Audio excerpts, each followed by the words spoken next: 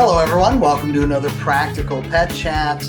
Lauren, you and I have a interesting conversation that was kind of brought up through a series of things, but I'm going to punt this one over to you to start off Oh, you coward. about. I'm not a coward. I think this is pretty controversial.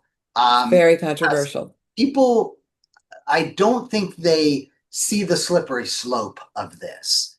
And so, when it comes to how you are finding your pets and bringing them into your family, I just think people get really outside of their normal personalities very quickly. Yes. Yeah, it's one of those controversial subjects that's up there with politics and what kind of food do you feed your dog and, all those kinds of things. So, it was an interesting thing when you deal with clients who are pet owners. Um, they're impassioned people.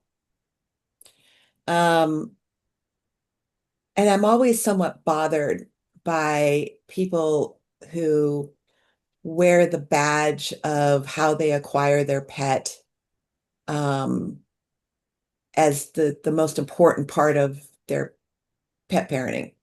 Yes. Because for me, I don't care.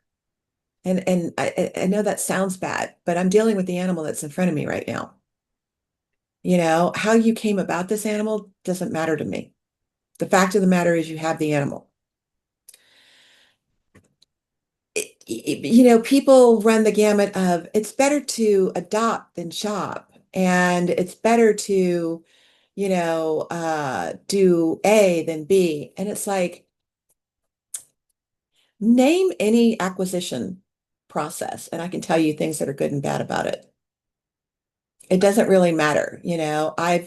I can tell you things that are problematic with shelter animals. I can tell you things that are problematic with animals you get for free off of lists and social media sites and things like that. Um, Giveaways. I can tell you pros and cons of animals that you buy at a store or that you buy from a breeder. So the acquisition is fraught with problems no matter how you do it, but it can be have a ton of good things no matter how you do it. What that really means is that are you going in with thought and with your eyes wide open? Because I personally am a proponent for freedom of choice. I like you to have the ability to choose to acquire an animal, a domesticated animal of your choice. And the reason I chose the word domesticated is because I'm not a big fan of somebody acquiring a chimp or a lion or, an animal that otherwise really should be living its natural life. But a domesticated animal, um, is that coexists with humans well is different. So would it be great to adopt? Yes. Always. It's always great to adopt. Does it always fit for everybody? No, it doesn't.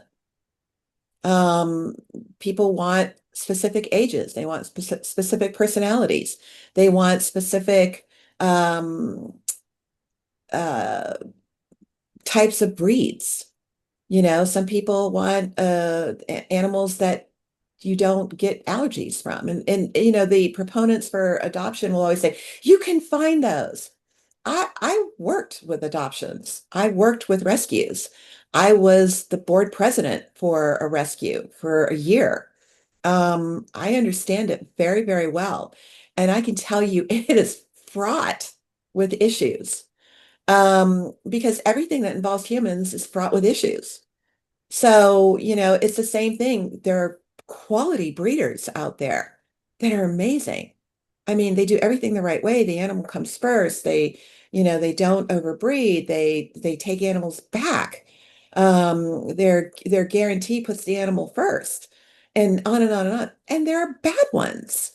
There are stores that, that that acquire their animals from places that are really good providers of animals, rescues that provide animals to stores, shelters that provide them, quality breeders. And I've heard things, well, quality breeders would never, that's not true. I know of breeders that have been freaked out because they don't want people in their home. They don't want people coming to where they live. They don't want to be sized up for a home invasion or any of that. There's no perfect answer here. What the perfect answer is, you should have the right to choose. And there is oftentimes what people aren't aware of when they rally for specific legislation on taking away acquisition to a particular type of genre, breed, category, whatever, that there is never anything clean in anything legislative. Never. And it opens the door to then removal of this and removal of that. And, let's glom that into the category as well. And next thing you know, you're not going to be able to get this fish, that bird, those dogs or cats because of legislation getting in the middle of it.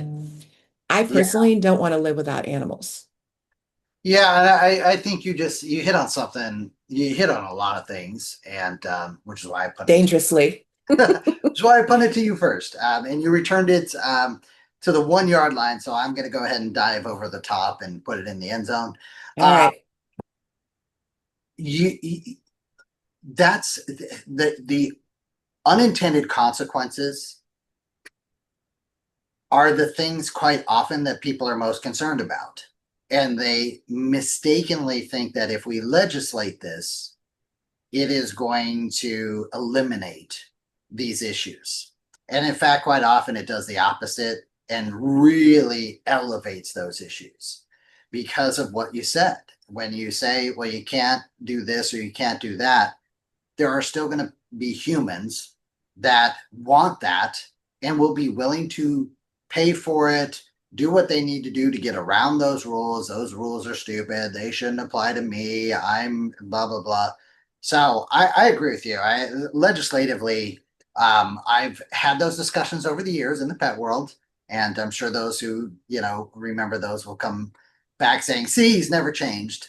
No, you're right. I haven't changed.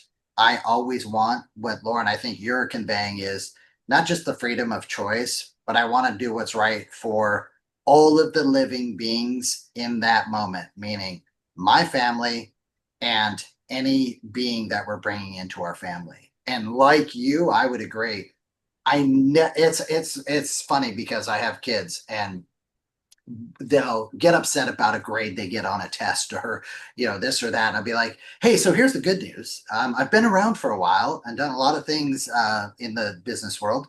No one's ever asked me what grade I got on this test or that class. I have an MBA. No one says, what was your GPA, where did you rank in the class, any of those things. It's that you did them and you got a good result out of it. And that's what is important to me in this discussion.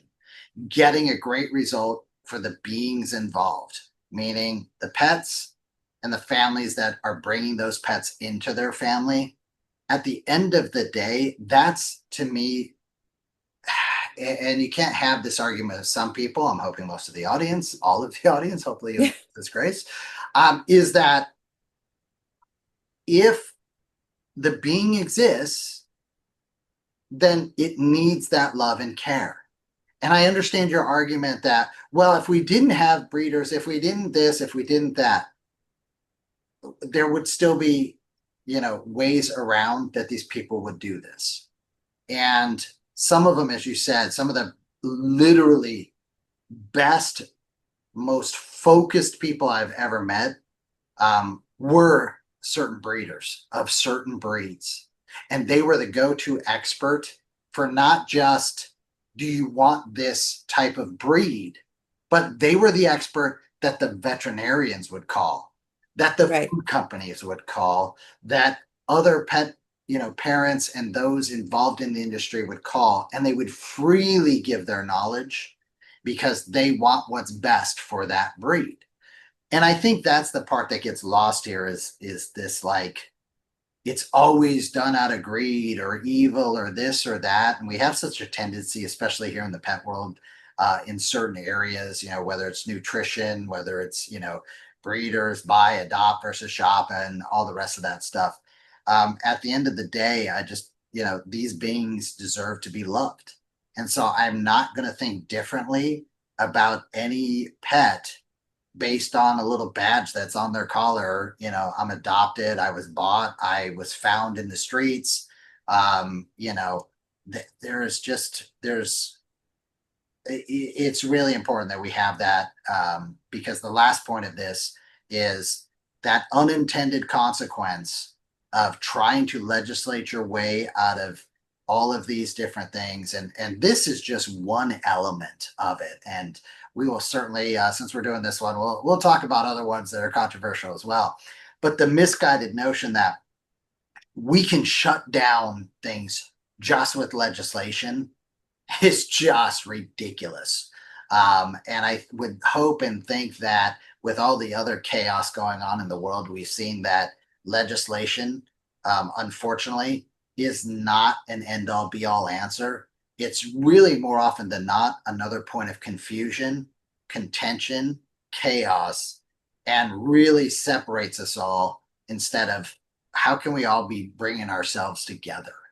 Well, And it's muddy, right? It's really muddy. Legislation and everything is really muddy, it is, and is there greed?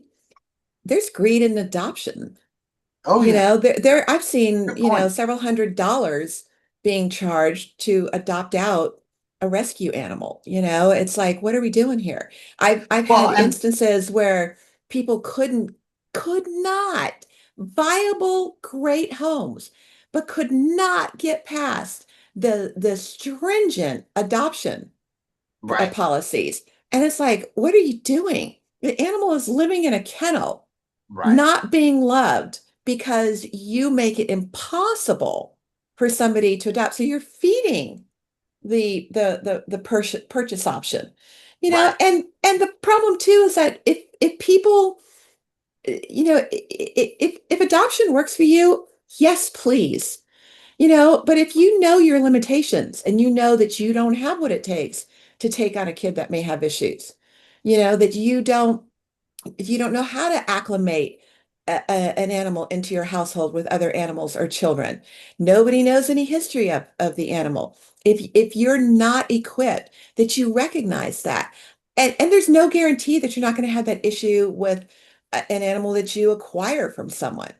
The right, bottom line is that however you get your pet, that you be cognizant, wise, eyes wide open, and that you're aware of the environment. Is it clean? Is it practical? Are they, letting you know everything and see everything? Are they working with you? Do they have the animal's best interest in mind? Which consequently is your best interest, right? So, I mean, like one of the breeders that I went to, she's like, so you don't get papers if you don't spay. And I go, okay, not spaying until my kid is a certain age because of issues that come with spaying too early, which is another reason that people may not want to adopt because animals that are in shelters and in rescues are immediately altered if they're not already when they come in, which can cause growth plate issues and other issues. And, people always counter that. Well, it's better than causing more animals. And well, again, that comes down to the humans, right? To responsible pet parenting. So I get it, but while you're making it so stringent on your rules and everything, how about you do what's in the best interest of the animal and be more stringent on making sure pet parents understand what they're dealing with and the animal that they're getting and that kind of it's just not clean. No right. matter which way you Well, pick, and it's problematic. yeah, and I want to say this too, because I've heard this a lot lately, and you and I we talk quite often, so I know the depth of where this might take us. What I want to call out is this. I have no problem with the rescues asking for a rehoming fee. I actually prefer, and I have said to people on, some of the apps that are out there where they're trying to rehome and they'll just give the animal away for free. Look, we've got too many, evil people out there that Right, will take them for free. And if you were just charging a $50 rehoming, they wouldn't, and they wouldn't do right, evil things with that animal. And I know nobody wants that to happen. It's just you're trying to do your best. You're like, okay, if it's a money thing, I don't want that to be the barrier between this being that I cannot care for anymore and a loving home. So I don't have a problem with rehoming fee, not only for that, but also because you and I have been involved with the rescues. It is not, to me, the rehoming fee is, there are so many reasons to have a rehoming fee, to be just quite honest, because it's the first moment of thought in your process that this is a commitment. Financially, I am making a commitment, not just here in the moment, but throughout this being's life. And so, yeah, I don't want to see, $1,000 rehoming fees and all that stuff. You're right. That's an extreme. Um, but what I do want to see, and this is the interesting part too, and I've made this point to a number of rescues. I don't have a problem with the rehoming fee. And in fact, what I have often done is on that pet's birthday, I have gone back and their birthday becomes their adoption date for me. I have yeah, given back, you know, money to that rescue to say thank you. I got another year with, Sugar, with Zoe, with, Belle, on down the line. It doesn't matter to me. So yeah, charging an exorbitant amount, you're also hurting yourself and you're hurting the pet. I agree with you. But understanding too the financial pressures that these organizations go through, there is a balance there. And also, I don't want to see free. Free just brings out the evil folks. And you can say, I'm not evil and I got my pet for free. Bless you. But unfortunately, I can lucky. share too many stories Yeah. of that wasn't the case. And money should not be, and that's also what drives legislation. I see the money Hmm. part of it. And it's funny because that's that just another one of these mistaken, oh, well, we'll eliminate the money part of this by saying breeders who are No, only about the money. No, they're not only about the money. Some, sure, but a majority of them, no. They are really trying to do something that elevates that breed more often than not. Because if they don't, they'll be gone. And the backyard breeders and the rest of that, you know, it, it is just such a misnomer. All the myths that are out there, and you and I talk about doing, myth segments quite often. We should probably add this to that list of that. But from the standpoint of money is not a reason to do this legislation or to get behind this adopter shop, because quite frankly, there should be a cost. It's too easy to become a pet parent. I say that, I say it often. There's no test to become a parent in society, period.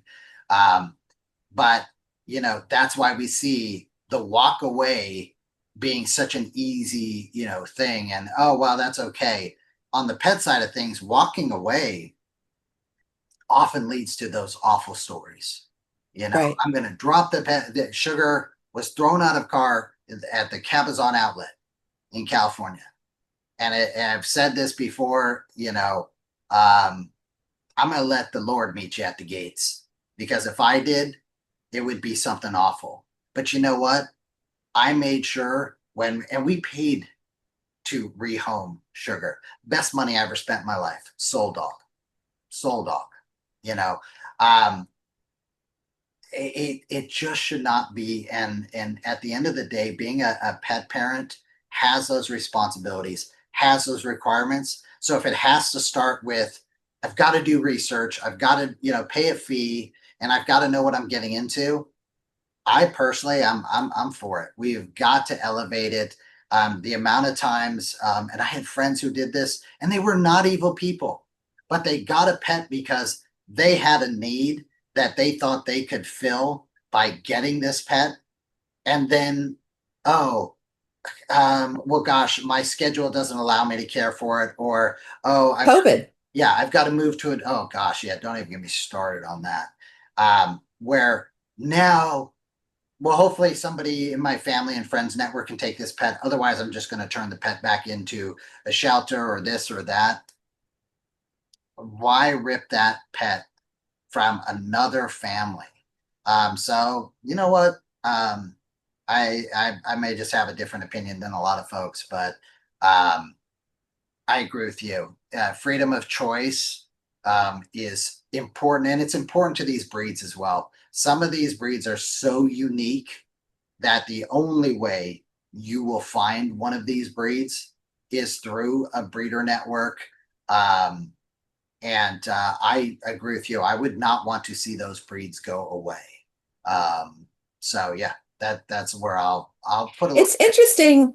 It's interesting that they do such a better job of it in Europe Yes. than we can seem to manage it. I don't know if that's a statement on our particular society. But Yeah. it's an issue. They manage The to, content of this podcast dogs is for manage to be informational purposes intact only. It is in not other intended as, countries nor should it be construed without as, professional medical anything advice, happening diagnosis, or that is treatment for your unwanted. pets. Always seek the advice So of a I qualified think it's veterinarian just with a any questions you failure may have regarding your pet's health or to medical condition. to Never understand disregard professional a veterinary advice or failure delay in of seeking it because of something you have heard on this education podcast. The hosts and and the guests of this podcast are not liable for any a actions little bit of taken based on entitlement, the information shared during these on the episodes. part Any of reliance we on the want what we information want provided when we is want it solely the way at we your own want it. risk. Copyright It's a 2025 lot of Practical Pet that. Chat. It's a It's lot a of All lot of rights that. reserved. Yeah. I mean, Unauthorized this episode duplication, is distribution, or reproduction of any gonna content clear from some this folks. podcast, including Just but be not limited real. to audio, It is scripts, Thanks. and We that show had a that notes, is really the is nice crux of time prohibited it. on our without prior podcast written with you guys. consent. Sorry we The won't be opinions doing and any views more of expressed them. by the host and No, guests but are I their mean own and do that not is the necessarily reality of reflect the it. views of Is Practical Pet that Chat. there is a there is a in other words, in this topic, you can see all sides of it because there are all sides of it. There's nothing that is so clear. And it's kind of like when we talk about nutrition and other things. There is not one pathway. And when there's not one pathway to the result that we're all clamoring for, then you want to have the ability to find your pathway to do the best that you can by taking your pathway. And unfortunately, sometimes that's going to have some awful results. I wish that wasn't the case. But I do know, and for those, many have reached out and they're surprised to find that I will not jump on board with a, adopt only platform. It's just not, it's not the solution that I think they think it is. And so, there are so many more elements to this that I think we also need to be elevating if you're going to try and take that approach. And the irony is, those same people don't want to talk about any of that. They just want to focus on this one little portion of it as if that's, the magic wand moment, and it's not. But So, isn't that sort of what humans do with everything? We glom onto something, and that's what we're going to stay focused on, and that's the only point that we're going to drive home because nothing else matters, and we don't want to listen to reason.